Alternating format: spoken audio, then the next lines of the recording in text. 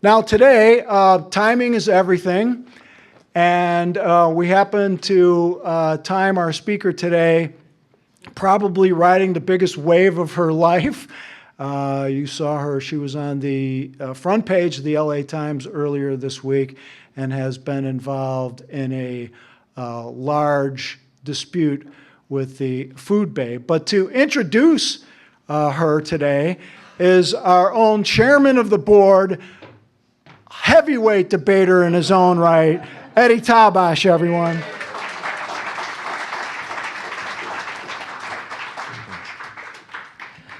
Good morning, everybody. Part of what we do, in addition to showing by evidence and logic and reason that religion is false, is also showing that pseudoscience is false.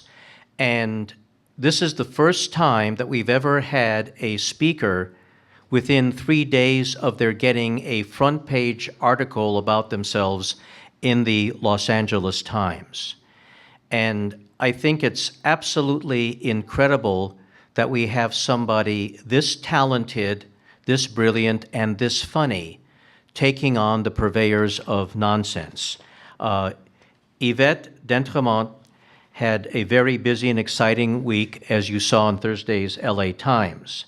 She is in an online war with Food Babe, and she's in that war to protect all of us from misinformation. And she'll talk about some of the general ways to separate the BS from good science and give us the information that we need to do that. She holds bachelor's degrees in diverse fields, theater and chemistry, along with a master's degree in forensic science. With a background working as an analytic chemist, she currently runs her SciBabe website full-time, which is now called SciBabe. And this is a wonderful mix of debunking pseudoscience in combination with humor and real science. So let us welcome a true celebrity of science, reason, and humor, today's guest speaker, and today's now famous guest speaker, Yvette D'Entremont.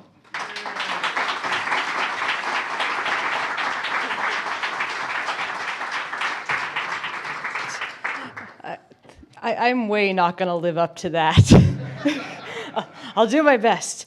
So, as you said, I'm going to be speaking a little bit about BS detection, or my 10 rules of BS detection, and this might be a little premature to call it the fall of Food Babe. We're going to call it the stumble of Food Babe, because she still has 938,000 followers on Facebook. So we're trying to chip away at this, but it looks like we've made our first strides towards her maybe having her reputation tarnished a bit in the popular media.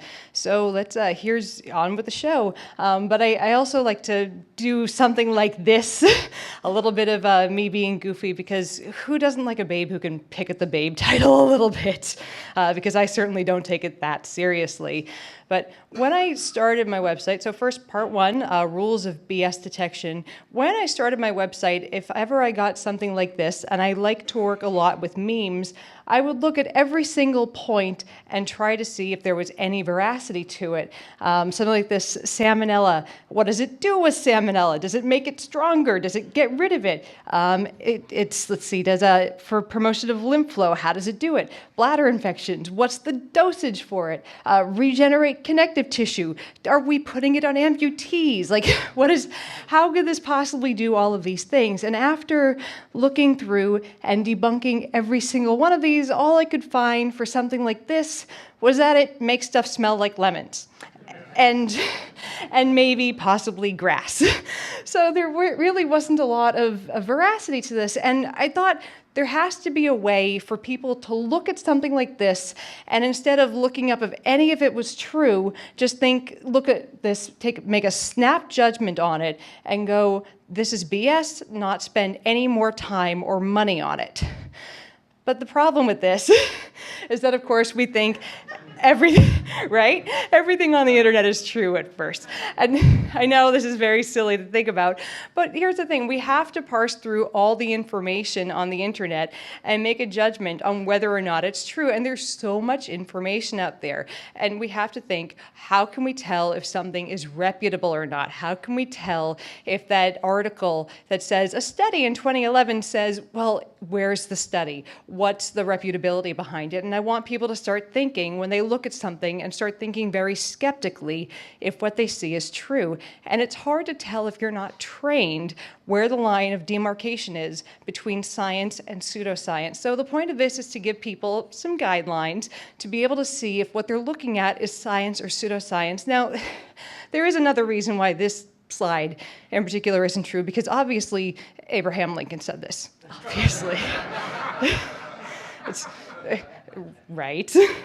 So our first rule, just to hop right into the rules of BS detection, if they tell you they are making a fortune on you, so you can't trust them. So, I mean, how often have you heard this one? Well, you can't trust them. And this is Big Pharma, Monsanto, where are my reptilians at? I got any reptilians in the audience? We got right there. I've got a reptilian in the audience. Meetings later, right, sir? Absolutely. So this one you hear very often from people who are trying to say you can't trust them, they're making a profit on you. Now, I want you to think, is profit necessarily a reason not to trust someone? Now, I say no to this, because it's not always a reason not to trust someone. People are allowed to make a profit. You have to think, what is the burden of proof on these people? Now, in industries like, even like Monsanto, now I know there's some distrust here, but think about it.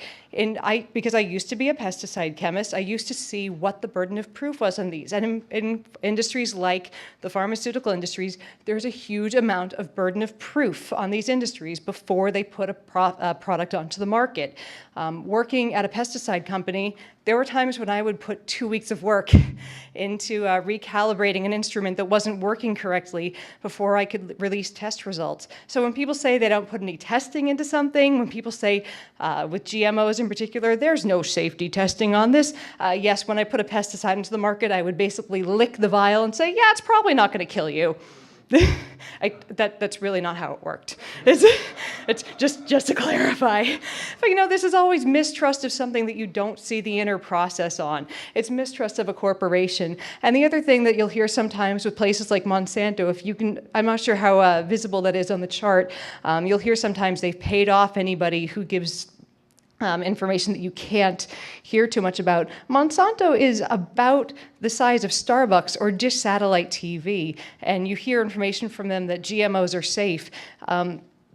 ExxonMobil is huge, and most scientists will tell you something that you don't, that wouldn't agree with ExxonMobil, that global warming is happening. How could Monsanto, about the size of Dish TV, pay off every single scientist to say that their message that GMOs are safe when they're pretty much the size of Dish TV? It doesn't make any sense. So, and still be able to maintain a profit for their executives. So it's my last point on this. Corporations are people too.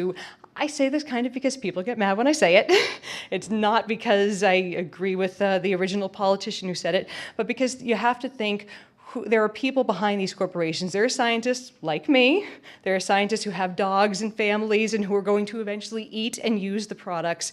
You have to remember, it's a very cynical point of view to think that these scientists would poison the products they are eventually going to use. So the converse of this rule is that if they tell you their alternative, organic, natural, GMO-free, now gluten-free product is much better for you for, of course, 30% more. Now, I have to make a proviso here. I have celiac disease, so I'm gluten-free. But this is always, of course, the natural fallacy that something is better because it's natural. And you have to ask, are any of these proven to be better? Now, what's the purpose of the labeling? A lot of times, the purpose of this label is just because it makes it sound better. It's a marketing term. Sometimes we've seen a gluten-free label on a watermelon. I've seen this happen, and some people will argue, well, my child needs to not have gluten in their diet, so I want it. The watermelon never had gluten. This is just a marketing ploy. With natural, there isn't really a good definition of natural. It just is an appeal to the natural fallacy because people think it's better. In the case of organic, most organic products still use pesticides. It's just a different class of pesticides. So I want people to really question for reputability the terms they see on this. Now, I know I said a minute ago, profit was not a reason not to trust someone, but if people are saying that these other guys are bad because they're making a profit, always look to see if they're making a profit too. It's really not fair to demonize one industry for making a profit and then continue to make a profit themselves. So, and a lot of times, if they're making a profit, it's off of a detox. So one of the biggest things that you can look for lately, because detoxes are hot, is if they are mentioning toxins or a cleanse. So they always do something a little different. The Bulletproof Diet, Master Cleanse, Gerson Therapy. Bulletproof Diet, they're trying to reduce toxins by giving you coffee with butter in it. Has anyone seen this lately? It's silly, but they are trying to reduce toxins somehow. Master Cleanse, it's the lemon, cayenne pepper, maple syrup concoction that makes you lose weight and gives your coworkers really weird looks for you when you're drinking the suspension. And Gerson Therapy allegedly cures cancer with juice.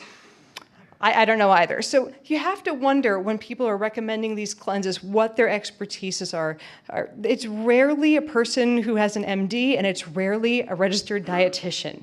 These are the people who you want recommending what you take into your body. It's not going to be a person who's out to make money on the internet. The person who runs the mastercleanse.org, he's a money marketing guy. I promise you, look this up, not right now, after the talk, please. But check it out. Go onto your phones, look up the mastercleanse.org. His background is in money marketing on the internet. This is not a person with an expertise in health. And one of the things that they always claim is that they are going to remove toxins from your body. A lot of these toxins that they claim are pesticides or heavy metals. The problem is heavy metals and pesticides don't create the clusters of symptoms that they claim. They'll claim you're getting acne, you feel tired, you're overweight. That's just not the cluster of symptoms. Pesticide poisoning gives you basically the worst flu of your life. Heavy metals, it varies from heavy metal to heavy metal. So in order to buy into the premise that you're going to be detoxed, you need to buy into the premise that you're toxed. So think about that before you buy into one of these very overpriced cleanses. So the other thing is we can classify toxins under a panacea, but I chose not to because it's such a hot thing right now. Everyone's talking about toxins. But one of my favorite rules is if their product is a panacea and they can't really describe how it works in one sentence, probably BS. So the magical panacea is the least intervention is a cure. They're looking for one cure-all. Now, each of these on their own is kind of okay if they just let it be what it was. Chiropractic, if they just let it be a fancy massage, it wouldn't be that bad. Essential oils, if they just let it smell good. They smell good, right? It wouldn't be that bad. If they just said paleo diet would make you lose weight, it wouldn't be that bad. But then they try to claim it cures everything and Yvette gets cranky. So chiropractic, who here, it's okay, we're amongst friends. Who here has ever been to a chiropractor or has a loved one who goes to chiropractors?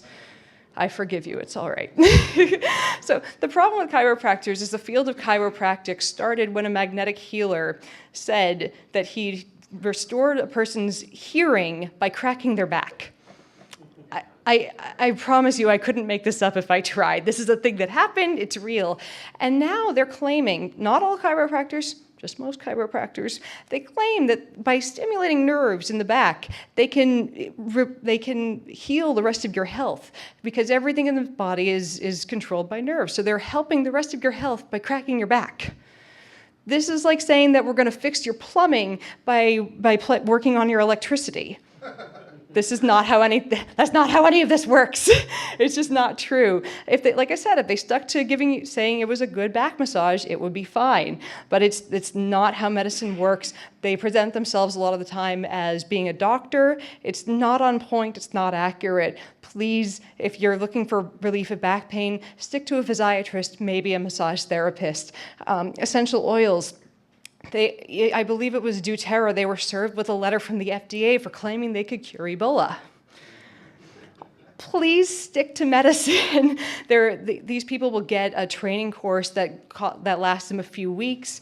Maybe just they have to take a test. It costs about $500, and they think that they're natural healers. Doctors went to school for much longer, and you'll hear them say, doctors don't know everything. I promise you, someone that took a 3-week course for $500 and is selling essential oils, they don't know much, they don't know everything either.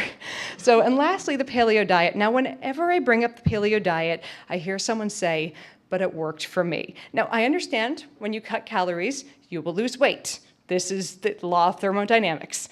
And with the paleo diet, you are cutting out a lot of processed food. This is a healthy thing. You're cutting out a large group of calories. However, a lot of times practitioners of paleo will say things like, it will cure certain immune diseases. You're going to cure a handful of diseases. There is a website called The Paleo Mom that talks about different autoimmune protocols. This is not good science. This is not backed by science. It's just a disease. The other thing is the premise of the paleo diet is that this is how we ate 10,000 years ago. Because of selective breeding of crops, even if you cut out all GMOs and if you cut out all of certain types of food groups, the food that we have available now is so dissimilar from what we had 10,000 years ago that it's impossible to eat like what we had during Paleolithic times. So premise is flawed. If it works for you to lose some weight, go ahead. Don't tell people you're eating like the caveman, please. Just make SciBabe happy. So, and speaking of things that don't have a lot of proof, breakthrough medical treatment courtesy of an unheard of blog or Dr. Oz. So these are things I've seen online. I've actually seen from a blog that you can cure diabetes by taking cold showers. Please don't listen to these bloggers. But I bring up this I like to use this for a visual because in one of the unheard of blogs, my friend Jennifer found this picture of her that they had taken both these pictures in the same day to demonstrate that via lighting tricks, you could make yourself look like you'd lost weight. A few years later, she found it being used in a blog to sell their weight loss tricks. That's a little horrifying that people would use that, but still, there's no burden of proof on a blogger, and as we've seen, even with Dr. Oz appearing before Congress, there isn't going to be too much burden of proof. These places are not looking to give you proof. These places they're not bound by any burden of proof. They're looking to produce content. Please, your doctor is going to be a better source. And a lot of times I hear people saying to me, what harm could it do? If you don't like it, don't listen to it. This is what harm it can do. People are going to go to mommy bloggers who say, I didn't like that there was a problem with the vaccine. You're going to have a 2.5-year-old who didn't get vaccinated, and they're going to use elderberry syrup. That's why I fight the anti-science movement. And speaking of anti-vaxxers, if correlation is used interchangeably with causation. So I'd like to bring up two things on this. 1, vaccines, and 2, diet soda, partially because this is about the point in my talk where I really need a drink. It does not at all taste like obesity, pardon me. But you have to look, whenever you see a study that tries to claim that there is a link between these two, look very carefully at the language.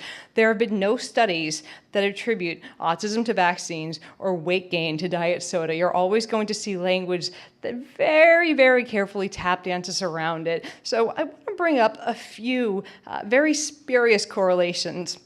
And there's this wonderful website that shows how some of these works. I love it. I don't think that math doctorates or sociology doctorates are causing the uranium stores to change or causing death by anticoagulants to change. I could be wrong. It's been known to happen, but showing that these correlations are occurring, I think is a great visual to point out that just because there's a correlation does not mean there's a causation. So back to the autism debate and another kind of spurious correlation. Organic food sales have gone up. Maybe it's the organic food sales, or probably not. We want to look at what else has changed during the time that the alleged rise in autism has happened. Our diagnostic criteria has expanded by quite a bit. Once upon a time, in order to be diagnosed with autism, you had to be nonverbal and deeply withdrawn. And now we've changed the definition so that it's called autism spectrum disorder. Now that we've changed the definition to include more children and more types of cases, we're surprised that there's a rise in diagnosis. Seems a little silly. So now that we know how to diagnose the cases better, we're able to give children the tools that they need to succeed if they have that correct diagnosis. I think that's actually a pretty good thing. So the other thing is we know that the rates of autism are exactly the same in the unvaccinated population as they are in the vaccinated population. I think that's pretty good proof that it's not the vaccines. Next up, diet soda and weight gain. Now these two quotes are from the same study, or these two paragraphs. One is showing that all these things happen to diet soda drinkers. You have all the higher risk of obesity, there's high blood pressure, and there's metabolic syndrome, and these are all really bad things if you drink diet soda. And then looking at all these things, the diet soda drinkers consume more calories and don't exercise as much. So is it the diet soda, or is it the fact that they're eating more and not exercising more? And of course, which do you think the headline tried to make it out to be? Do you think they tried to make it out to be the diet soda or the fact that they're not exercising? Which one makes a better headline? The one that scares you away from my Diet Coke. I need another sip because it's so delicious. Fat people tend to be fat. And I've lost 90 pounds, and I was drinking a lot of Diet Coke while I was losing it. I ate less and I exercised more. It's crazy how that works. But people, when they start off with a premise that they want to support, are only going to seek data that supports their premise. Now, this one can be used for a lot of different things, but I like to attack things like young Earth creationism and the anti-global warming science because they rally around that one book.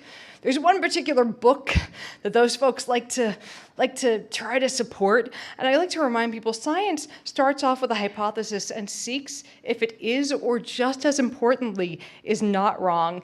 Whereas BS kind of starts with an absolute. They find that outlier and decide that's what we're going to support. It doesn't matter what all the other data says. We're going to try to figure out ways that we can bend reality to this one point. Now, I like to bring up the Bill Nye versus Ken Ham debate, and I'm going to bring up Bill Nye again a little bit later because I loved that Bill Nye said in that debate when they asked what could change your mind, he said evidence. And that was perfect because I think every single scientist I know, if they have something that I hate using the word belief, if they have something that they accept, they always say evidence could change my mind. Ken Ham said nothing could change his mind. And no matter what you're talking about, it's just not a scientific point of view. A scientific point of view says I accept the evidence as I see it, I will change my mind as need be. A non-scientific point of view says nothing you say will change my mind. And it's an atrocious way to look at the world. It's not open-minded, it's not scientific whatsoever. And this is probably my favorite rule, partially because I'm a big nerd. If it's a Star Wars argument, it's better because it was done differently a long time ago in a country far, far away. And this is what's applied to GMOs, actually. Is that we should treat GMOs the way that Europe does. Because in Europe they're labeled, because in other countries they're banned, or we should use natural remedies because they were used a long time ago. I think that people are relying on some fantasy that life was better and we were healthier before, when that's just not the case. And this is always an easy claim to make because we can't see, or we can't remember, we're not in those other settings. We can't look and go, oh yes, people were dying in their 30s long ago. We do have a longer lifetime now. We just see that occasionally we'll see somebody getting cancer and we'll go, wow, people are sicker now. Not the case. We're living longer lives, we're living healthier lives, and we do see a higher rate of cancer now, but that's because in any population that lives longer, you see cancer rates go up. So it's a correlation that we're seeing, not a causation. The other thing I want to point out, policy coming from a different place does not necessarily make it better. If you want to try to yank policy from another place because it's better, I invite people to take on the religious policies of some countries that say that women can't drive, women can't leave the houses without their husbands, or that gay people need to be stoned to death. If you want to take the policy of another place being better. Not exactly something I want to adopt in this country ever. So But I want to point out a few things that's wrong with some of the Star Wars rule thing. If you can see at the bottom of the screen, this basic formula of powerful tonic dates back to medieval Europe. That is from an era when people suffered from all sorts of diseases and epidemics. And this was touted as a cure for, well, everything, because of course that's how these websites work. But what's wrong with touting this as a cure because it came from an era when people suffered from diseases and epidemics? They died of it. Exactly! Even if they had it, it didn't really work all that well. So we had it coming from Europe, a place far, far away, and from the 1800s, long, long ago. It didn't work very well. That's why we opened these shiny, fancy labs. We wanted something better. But I also want to bring up Bill Nye versus Bill Nye. Bill Nye, I actually had to change this from when I first started giving this talk on BS detection. Bill Nye, once upon a time, was anti-GMO, said evidence could change his mind, and he actually went to Monsanto. So, of course, they gave him a few $1 million of shill bucks, and it was cool. It was mind control. The reptilians got to him. But no, it's that people actually accused him of that on his Facebook page. It was amazing. But we are, right now, the problem of feeding eventually 9 billion people is going to be a technological problem. We still have people dying from malnutrition, but far less than we would without GMOs and without modern farming techniques. But Bill Nye said that with evidence, his mind could be changed. He went to Monsanto, he went and looked at the evidence, and his mind was changed. So I think it's wonderful that we can look at this new technology and see that it's helping people and see that it's sound. So just because it's done differently in Europe does not mean that it's done better. This is one of my favorites. If something doesn't play by any of the rules of science, so if you see homeopathy, which you may have seen a video of me debunking it by pulling a James Randi and downing an entire bottle of sleeping pills. But this is the mystic crystal healers, a therapeutic touch therapy. I put this under the category of not even wrong. There's no evidence to any of these. If you hear words like energy, or just look for the word quantum. If it's not being used by an actual quantum physicist, you're being fed a line. So basically anything that comes out of Deepak Chopra's mouth ever, it's just not a thing. Yeah, I like that applause. Thank you. That was good applause. We'll keep. I have a theater degree. I like attention. What can I say?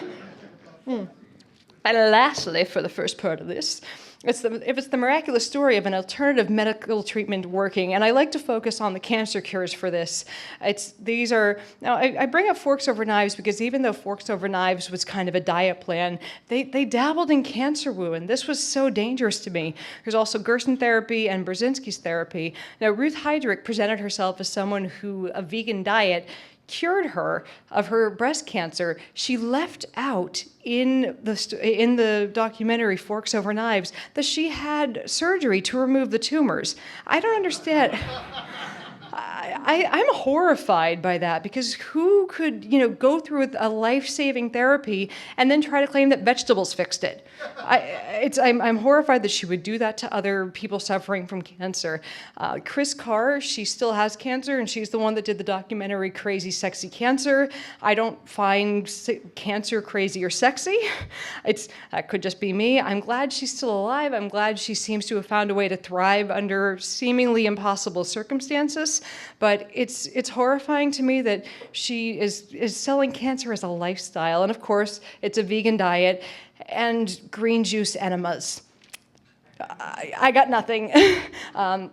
Jessica Ainskoff, she was again selling detoxes and selling the concept that Gerson therapy was saving her from cancer. Now, when her mother got breast cancer, she put her mother on the same thing, Gerson therapy, which is all the green juices, all of the 13 cups a day of organic juice, and coffee enemas.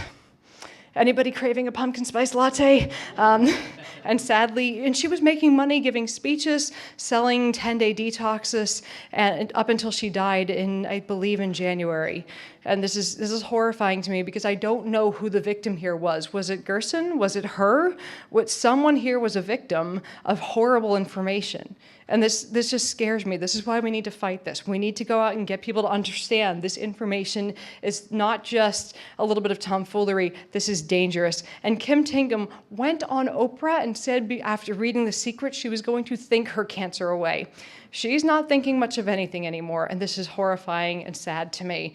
So this is why we have to fight this. Whenever you hear a miracle about something working, really look closer at the information before you buy into it, or let a loved one possibly use that information, because they could be avoiding a life-saving therapy. So lastly, let's have a quick little second look. Now, normally, this is where this slideshow ends, and I say, now that you kind of know the rules of BS detection, you can look at this and go, it just makes stuff smell like lemons.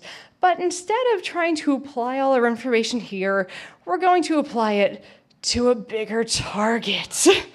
So, as some of you may have heard, I wrote a little bit about the Food Babe the last few weeks.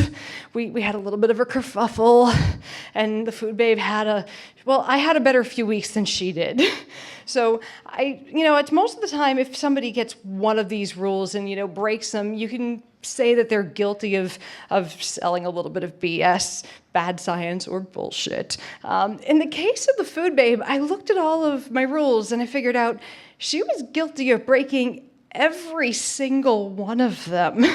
So it was a bad few weeks for the Food Babe. I'm going to get into some of the history that I have with her, some of her history, and show you how she broke every single rule of bad science detection. So a bit of my backstory with her. First, she launched her blog in April of 2011 after she had gotten appendicitis. Now, most people will say, I got appendicitis. People sometimes get appendicitis. That's how it works. Vani Hari is a special snowflake, of course. She decided after she went and read a bunch of food blogs and health blogs that she got appendicitis because her body was so inflamed. She sort of went on this natural health kick and started her blog to tell people how to live and eat healthier. And for a while, that's all she was blogging about. Then it took kind of a sinister turn, and she started, I don't know if I want to use the term blackmailing or not, but she started going after companies one ingredient at a time to say, this ingredient sounds scary, this ingredient is evil, this ingredient is linked to cancer, you have to take it out. And that got her into the national spotlight, and that very quickly turned her into this person who the media portrayed as being a crusader for health and for a healthier food system. I launched my site last year when she declared that she was going after the pumpkin spice latte. And you don't mess with a Bostonian's pumpkin spice anything. It's just not safe. The picture in the corner here, she claimed that when she was at the Democratic National Convention, she took a lipstick out of her purse and labeled GMOs on whatever piece of paper she had in her purse. That looked a lot more like Sharpie to me. I'm just saying, it's like but she does have a strange history with the truth. So that's our Food Babe. She's very sweet. So a little bit more on my history with her. I first wrote about Food Babe's BS habits. I did a debunking on that after. A friend of mine, she doesn't like finding anyone speaking out against her on the internet. So a friend of mine runs a site banned by Food Babe and posted her 6 unconventional habits, and she threatened to have the entire site taken off Facebook. Luckily, I have my own .com, which is nice. So I said, I'm not just going to post it, I'm going to debunk it. That was my first little piece that went a little viral. And I went, people are really digging the debunking. There's a place for this, a bit of science, a bit of debunking, a bit of humor on the internet. And then articles, I definitely was not the first one to write about her. I definitely am not the only one to have written about this, because there's a real hunger for people taking on these charlatans. But a lot of articles in mainstream press have been coming up. Articles in the New York Times and the Atlantic have been very critical. But Hari's reputation was never really all that scathed. And it's because no one could really, in these very mainstream places, go after her. I spoke with Courtney Rubin, the wonderful journalist who wrote about her for the New York Times, and she said straight out she couldn't go after her the way that I did in the eventual Gawker article because of the type of publication it was. And even Erin, who did the article on me for the LA Times, said, nope, we can't go after her the same way that someone would in a blog or in Gawker. The language has to be toned down. So these places that have wanted to really just go to the wall on her. They can't, but it's been a buildup. It's been a lot of people writing about her, and nothing stuck. And then Gawker sent me an email and said, let's write about her. And to date, it's had 4.7 million views and one little trending story. So this is the beginning of the fall of her. So we don't know where it's leading at this point. I hope it keeps going from here. So quick look at all of the ways she's broken the rules of BS detection. So number one, for her, they is Monsanto. And it's no matter what, if she sees somebody speaking out against her, she will try to link them back to Monsanto. In my case, when she did a rebuttal to the article that I wrote about her, because I used to work at a pesticide company, AMVAC, she decided to link in her article that I worked at AMVAC that co-produces with Monsanto, and Monsanto produces GMOs and also produces glyphosate. I've never even touched a thing of glyphosate in my life and never done any research in a laboratory on GMOs, but of course I personally did all of this because Monsanto. So that's why you couldn't trust me. But she's also, she's declared 610 products toxic or unsafe, and it's either because they have scary sounding ingredients, they have ingredients that are derived from GMOs, but you would think maybe a couple of things at the store would have ingredients that aren't great for you in the course of a career. 610, and she's been doing this for just a couple of years. So that's a lot to claim that are toxic, but this, I think, is the hallmark of somebody being cynical versus skeptical. So I want people to ask questions, and she'll always say that people like me don't want you knowing what's in your food. I want you to ask questions. I want you to ask for reputable proof and to learn what reputable proof looks like. I want you to ask what's in your food, and I want you to eat healthy. But when somebody turns over to being cynical versus skeptical, they have people thinking like this. They have their 7-year-old daughter say, why would Trader Joe's want us to be sick? That's a horrible worldview, if you ask me. It says that Trader Joe's would poison their customers. It says that the scientists and the food scientists, the people who make this, would be comfortable with their customers getting sick, killing off their customer base, and doing bad things to their own people. So, I mean, it's such a horribly cynical worldview, and it relies on that, because if people aren't cynical and people aren't asking questions just of the people who are feeding them information, then she has no customer base. So like I said, I want you to be skeptical, not cynical. And of course, the converse, if they tell you to buy their alternative product, you have to be a little bit skeptical, because there's nothing wrong with any of these products in and of themselves. But if they tell you that people like me are bad because we're out to make money, or if corporations are bad, remember, odds are they are selling something. Someone looked into it. She makes between $100,000 and $100,000 a year on advertising alone. I'm still trying to pay off my 2009 Corolla with 207,000 miles on it. I'm just saying.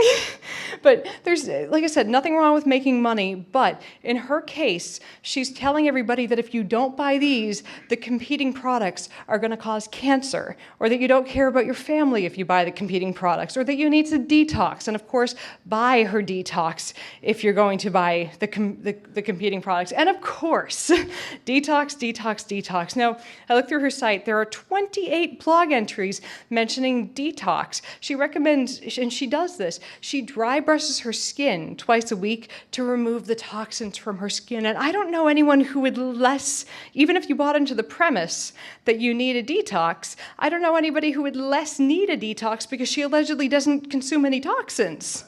I don't know.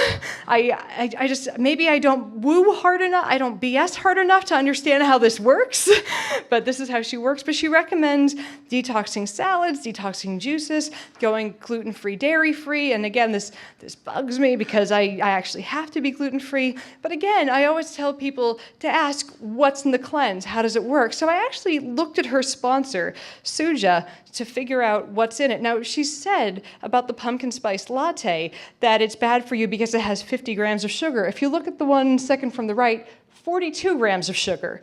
One of them's toxic, one of them's okay because it gives her money. So, but if you look at it for 3 days, it will cost you it will cost you $162, and it will set you back 534 grams of sugar, next to no protein, 0 iron or B vitamins. that's what it will set you back, and it just puts some money into her pocket. And of course, they tell you it's going to chelate you. Sorry, if you actually need chelation, get dimercaprol. It's just a lot of, it's a 3-day bullshit sugar binge. So that's all it is. There's nothing to it, and of course, it gives her some money. But at first I thought this was her panacea, and then I realized her panacea was chemicals, because chemicals are the big enemy for her. And she said, this is an actual quote from her, "There's just no acceptable level of any chemical to ingest ever." I guess nobody told her about the dangers of dihydrogen monoxide. It's for the cheap seats, that's water. I probably didn't have to say that for this crowd, but still. But now I'm sure that she probably, if I'm going to be kind, I will say she probably meant additives, and she probably meant, dangerous chemicals like pesticides or something. But here's the thing, for her whole thing has been, I eliminated chemicals from my life and my health got better. But depending on the blog entry you read from her, it's this chemical made my life better, or sorry, eliminating this chemical made my life better, and getting a shower head that got rid of fluoride made my life better, and using, no matter what it is, it's buy this from me and it will make your life better like it made my life better. And it's been the basis for her business model, has been going out, demonizing a scary sounding chemical, and it will make your life better somehow. But here are a list of all the chemicals that she's gone after. And this is just a tiny list. There's, of course, the yoga mat chemical that was her first thing that shot her up to fame. Now, I know it might sound scary. I don't want yoga mat in my bread. But you have to look at the dosage. It's been used since the 1920s. It's perfectly harmless in the quantity that it is in the bread. And when after the campaign, she even said that, number one, the bread was too processed for her, and number two, it was just to raise awareness about what was in the food. Next, the caramel color that was in the Starbucks pumpkin spice latte, she tried claiming it was carcinogenic. When you look closer at it, it was at the same carcinogen class as the coffee in the pumpkin spice latte, i.e. not carcinogenic. So she'll call something Monsanto milk because the cows are eating genetically modified feed. BHT is a preservative in cereal that we actually found was in one of the products she was selling too. I think it was a foot scrub. Polysorbate 80 is again preservative. It's something that she's claimed causes cancer, and it's in one of the butterscotch flavorings that she also claims is natural. But of course, if you put the label natural on something and she sells it, it's fine. And of course, anything that has GMOs in it, it's linked to Monsanto and it's the devil. But this is anything with chemicals on it that sounds scary is bad for her because she's not a good source of information and she hasn't looked into the science. If she can make the science scary, it's fine.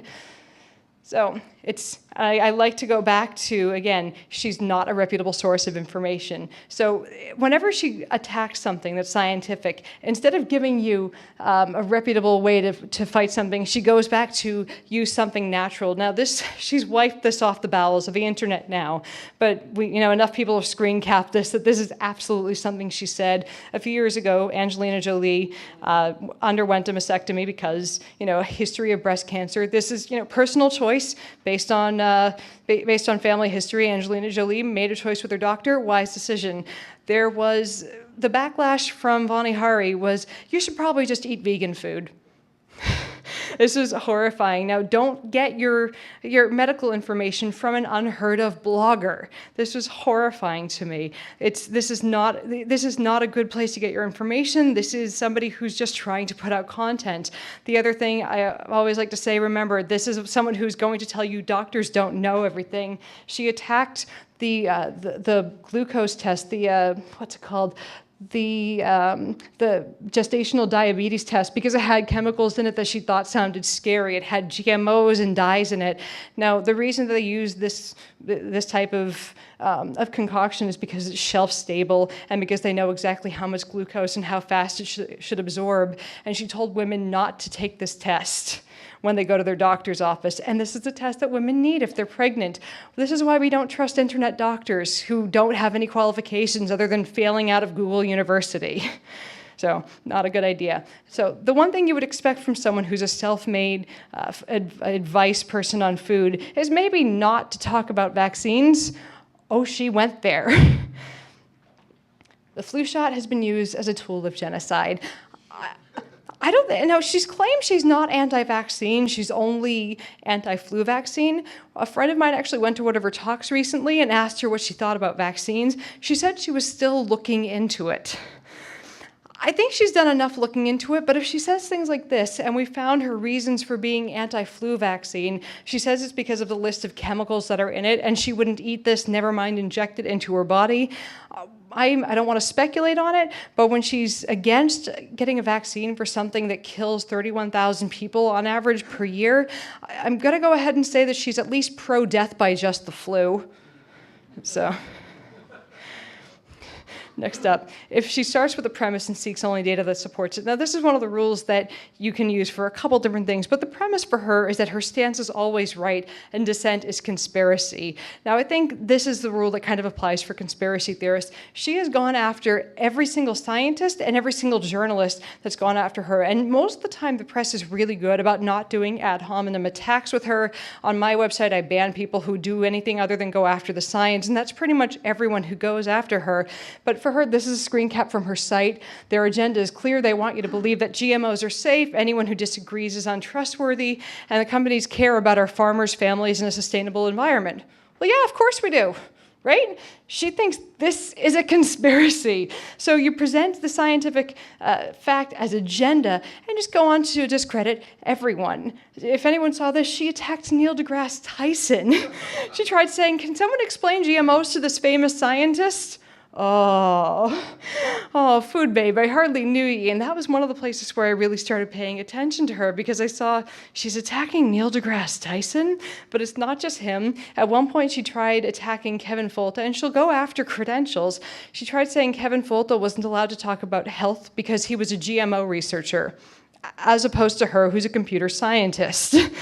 She's gone after Dr. Joe Schwartz, she's gone after Gorski, and it's always trying to paint some sort of nefarious connection to Big Pharma or try to say that we have some sort of monetary connection to Monsanto. And of course, there is no connection. There never has been. Again, 2009 Corolla that I haven't paid off yet.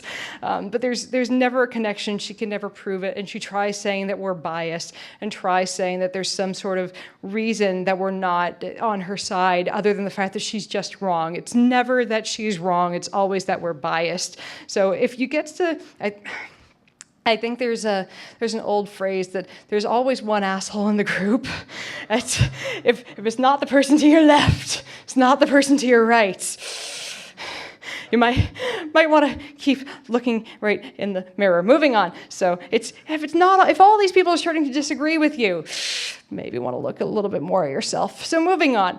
At the Star Wars argument, for her, it's, as I said earlier, this applies to GMOs. For her, it's always GMOs, and she claims that we're sicker due to the American food and drug system because when she started this, she claimed she was on 6 to 8 medications that she's now taken herself off of because of the way she's eating. I mean, I'm not going to ask for proof on this. I don't know what type of drugs that she was on, and we don't know if she just ended up, inadvertently taking herself off of some food that she was allergic to. She also consistently points to the European model as better. It's because they have the precautionary principle. There's no proof of this, and at this point we have so much data showing that GMOs are safe that I think she's ignoring data and she's throwing it out. She's also in the vein of saying that things are better from a different setting, consistently said that things that are slightly untrue about India and her family's heritage that my friend Coven Senapathy has gone after in her blog. And she tries to connect all problems back to GMOs and glyphosate, which are, of course, patently untrue. Now, this I could have kind of poked anywhere in the slideshow, but I wanted to just plop it somewhere. It's because there seem to be a lot of misconceptions about glyphosate. Now, we've done so much research over the years to try to give safer pesticides, and pesticides, of course, house both insecticides and herbicides. Glyphosate is an herbicide. It attacks broadleaf weeds, and it basically is going to wipe out almost any weed that is in your garden, on your crops. And here's the thing: you don't need a lot of it. You need about a soda can worth for an acre. It's not, you don't need a lot of it. So whenever you hear someone saying it's being doused on a field, they're exaggerating by quite a bit. I wanted to ask a farmer, not a food blogger. Less toxic than salt, and I think the reason that people have fear-mongered so much is because of the association with GMOs and the association with having to genetically modify a crop in order to get it out there. So again, ask a farmer, not a food blogger. They're probably giving you some biased information. So the last few, people might have heard about her talking about microwaves and possibly airplanes, something not playing by any of the rules of science. She botched a few things. And she's gone after a few things that maybe didn't have any veracity. She said laser acupuncture healed her allergies. First of all, an acupuncturist is not someone who's qualified to diagnose allergies. She claimed that she was severely allergic to refined sugar, carbohydrate structure of sugar that's refined, not any different from other types, other types of sugar. So that was a little silly. And then her going after airplane air, trying to claim that they pump the airline air full of nitrogen. Oh, Vonnie, I hardly knew ye. But she tried claiming they pump it sometimes up to 50% nitrogen. Was quite silly. And she also claimed that microwaves change the structure of how water crystallizes. And sometimes it would crystallize the same way that it crystallizes when you say Hitler or Satan to the water, because apparently water has ears and an understanding of 20th century dictators. Oh, that's our little Vonnie. And of course, last, if it's a miraculous story of an alternative medical treatment working, she's a supporter of Gerson therapy and the Brzezinski Institute. She really, as we saw earlier, she was puzzled as to why Angelina Jolie would have chosen a preventative mastectomy. This is dangerous information. She thinks that these miraculous cures can happen, and even after a team of doctors removed her appendix, modern medicine saved her. She thinks that what is going to save people is removing non-organic produce from her life. So I think it's a little bit disingenuous that after modern medicine would save her, she thinks that going to food bloggers is what's going to save her life. So I think it's horrifying that she's fallen into all of this. She also goes on shows like Alex Jones, and she regularly goes to places like Natural News for sources of medication. So please, don't go to places that haven't been proven. Don't spend your time and money there. And please don't let your loved ones fall into this. So if you've noticed, all of my rules are if statements. So of course, we're doing this as a hypothesis because scientists. So if all of this, then, as you saw in my headline, the Food Babe blogger is full of shit. So thank you so much.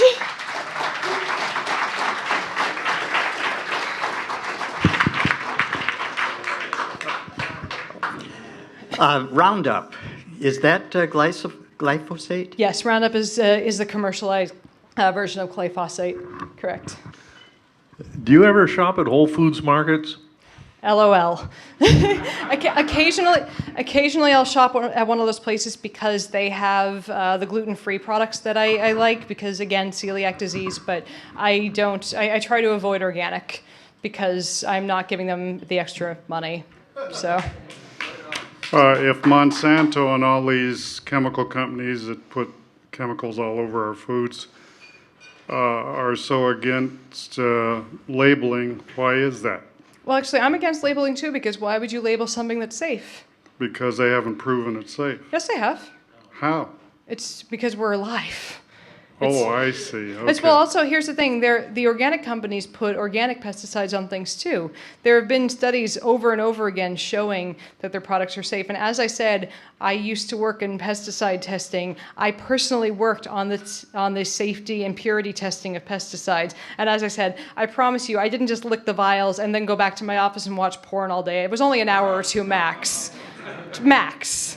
But we did safety testing on them quite a bit. I promise you this is a thing that happens in industry. I'm not sure where the information gets out that we're not doing any safety testing. This is pure, this is just not accurate. There's no safety testing or not enough safety testing done. So I implore you, email me and I'll give you some backup information on this. I want you to ask questions, but I don't want you to be so cynical to think that I would put in, products into the market that would poison me, my mother, my dog, everyone. So shoot me an email. You were saying some things that were sort of denigrating the forks over knives doctors. Both of those are doctors with degrees, and they came to their conclusions under scientific criteria, and yet you seem to think, well, what they've come up with is bullshit. This is true, but none of them are oncologists. One of them, I believe, I think it's Dr. Colin Campbell, was not a medical doctor. He is a research doctor. One of them is a heart doctor, not an oncologist, and one of them, I forget which one, because there were two main doctors in it. I'm trying to remember his name, Dr. McDougall. His background is in nutrition, not oncology, and he was the one that treated Ruth Heydrich, and they specifically left out that she had surgery for it. So there's no proof ever that somebody's been healed by a vegan diet.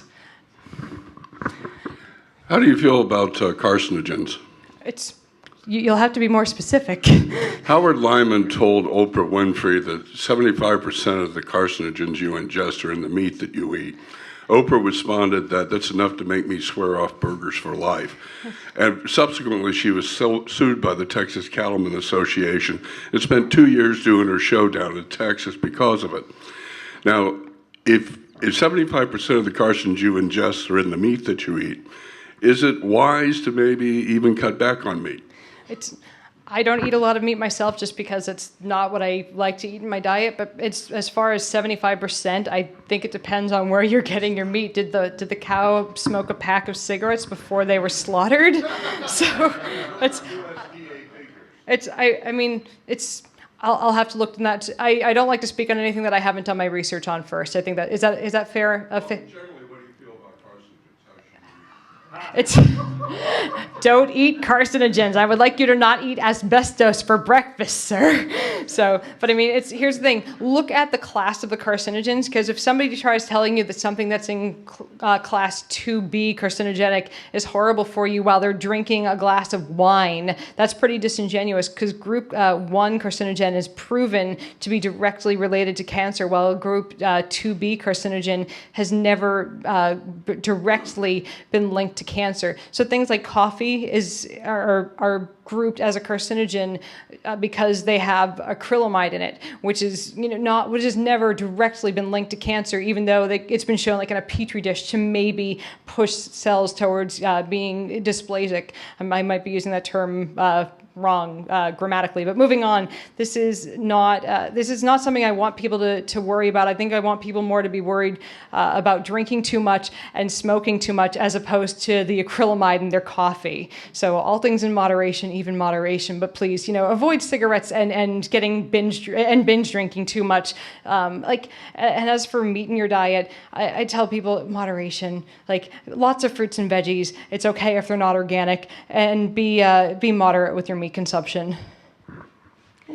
Do the microwaves actually change the molecular construction of food? No, they cook well. I mean, here's a slightly more nuanced answer. The microwave radiation is going to it speeds up the rate at which water is vibrating. When it cooks food, it's not a small nuclear bomb. Is I guess the most honest way to answer that. As far as changing the molecular structure of food, I don't think in a way that it's not going to break down nutrients in the way that the food babe is claiming. So that's the easiest answer for that one. Next on the microphone. Yeah, any heating is going to break down things in a way, but not in any way that heating on a stove won't. Okay, again, piggybacking on the microwave, I work for LA Unified, and they're really depending on microwave emitters for Wi-Fi in the classrooms for all the testing. Have you heard that there are any concerns about the constant stream of microwaves inside a classroom? I haven't heard anything yet. Okay, thank you. So, again, sometimes this will be the first time a piece of information gets to me, so I'd rather be upfront than speculate on something that I'm unsure of. In addition to my role as atheist and skeptic, as aging bodybuilder, do you recommend that I eat more chicken and fish than red meat? I think that red meat can be a good source of iron, and that's not a bad thing for anybody. Moderation is key in everything. You don't have to switch over from one to the other unless I think that you have a cholesterol problem, and that's that's between you and a doctor or a registered dietitian. But please continue to eat a lot. I always tell people, please eat your fruits and vegetables. It's always a good source or the good mainstay of a diet. There's always some confusion because I speak out against people like the Food Babe that I'm against fruits and vegetables, and nothing could be farther from the truth. I've lost 90 pounds. I have to, along with my Diet Coke habit, eat a lot of fruits and veggies to try to keep that off. But please, lots of fruits and veggies, the red meat in moderation, along with other sources of protein to keep up the bodybuilding. And you look fabulous, of course. So, yes, sir. I want to preface the statement by saying I completely agree with you on the Diet Coke. Fuck yes, sir. I mean, that's not ladylike. But I have a friend who I think is a very intelligent guy, and he's very much oriented towards science and evidence. And he claimed the other day that he said there was good studies indicating there was some where your body would, I try to. I guess it triggered your insulin into thinking that you were drinking sugar, and Which I tried to tell him. I said, just because it tastes sweet on the lips doesn't mean your body's.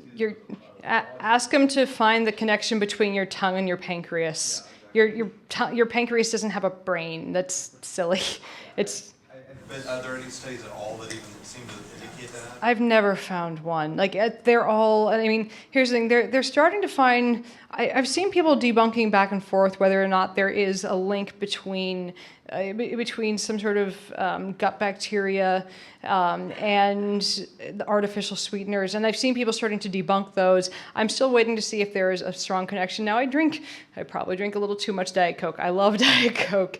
And I've always said, if I see evidence that there is something wrong with it, I will change my mind tomorrow.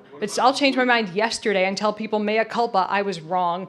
But so far, all of the studies that I've seen, or all of the articles that I've seen, are based on a correlative study. They're not based on single variable studies. They're people saying that this is in their diet and this is what happened with them. So they're not really well prepped studies. It's hard to sometimes break out single variable because life isn't single variable. So ask them to look really carefully at how the study was done, and if you want, throw them in my direction and I'll take care of it. Question back here. Oh, yes. So there are a lot of pseudoscience blogs and bloggers out there, as we all know. They're not all selling something. So what do you think motivates the rest of them? Sometimes you have true believers.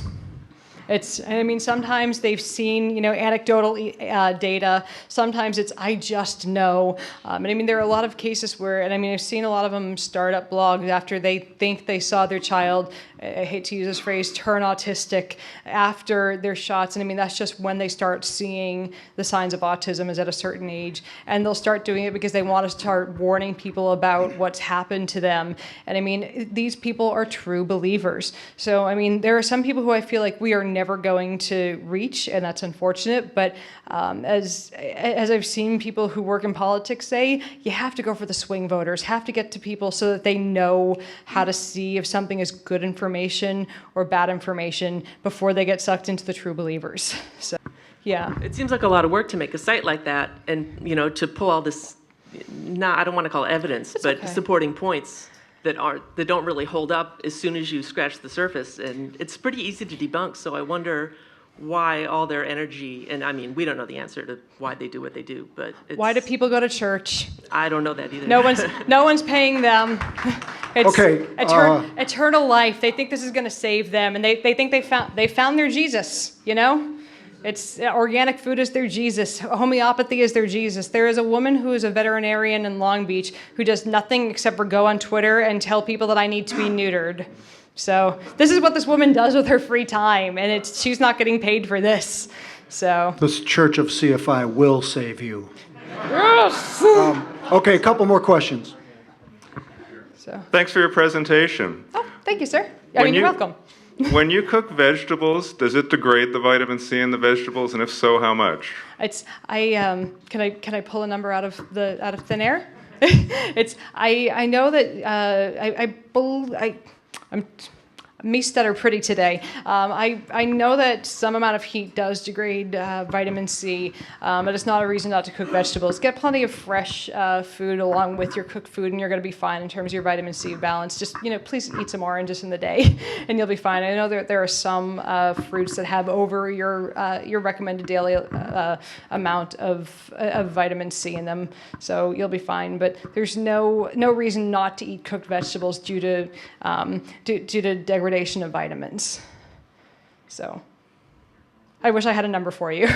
That was my way of slightly dodging. I apologize. So yes, sir. Are you familiar with California Senate Bill 277? Is this the one for getting rid of? It's for getting rid of the personal belief Yes, exemption. I thought so, it's yes. currently tabled in the Education Committee. Man. Anybody who can take 10 minutes in the next couple of days to call the members of the Education Committee and encourage them. If I run out of handouts, it's vaccinatecalifornia.org. Call, please. Encourage them to pass that motherfucker. Like, please. I live 3 miles from Disneyland. I was at Disney on the days of the outbreak.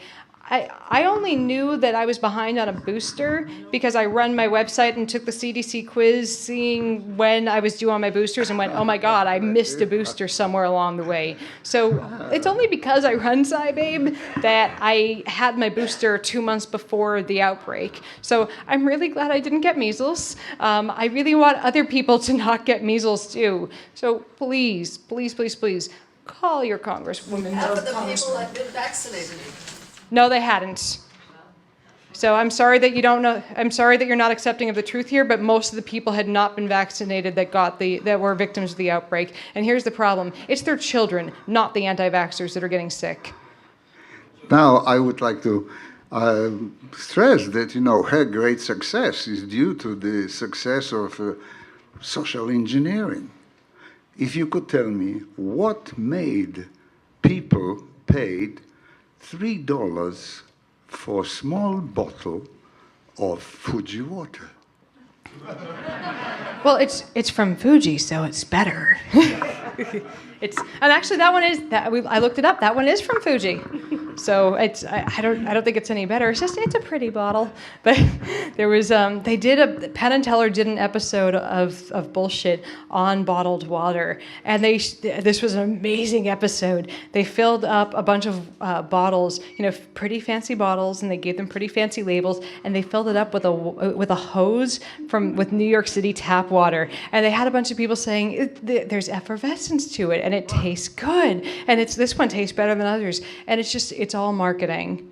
It's all how you present it. And they had a water steward come out to this restaurant. And people, it's all marketing. And it's amazing that they get away with this. But you tell people that it's good and they should spend money on it, and they will. And that's part of how organic food gets away with it too. It's better for you. It's going to taste better. And some organic food tastes good. Like some of these products taste good. If you think it tastes better, go ahead, spend the money on it. But don't do it just because someone told you it's going to taste better. That's silly. And you're going to spend money that you could better spend on more conventionally grown produce that's just as healthy.